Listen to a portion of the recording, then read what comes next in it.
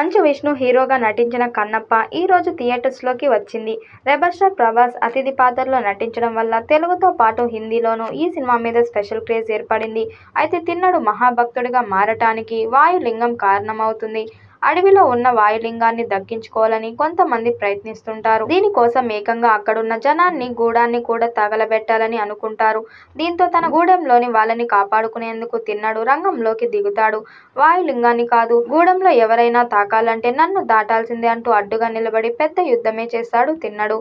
ఆ ప్రయాణంలోనే నెమల్ రాణి ప్రీతి ముకుందన్తో ప్రేమలో పడతాడు తిన్నడు. ఆమె శివుడి భక్తురాలు. అయితే దేవత మాట ధిక్కరించే వాడికి, పెద్దల మాటకి విలువ ఇవ్వడానికి ఈ గూడెంలో చోటు లేదంటూ ఆ తెగ నాయకుడు నాదనాథుడు శరత్ కుమార్ తిన్నడిని వెలివేస్తాడు.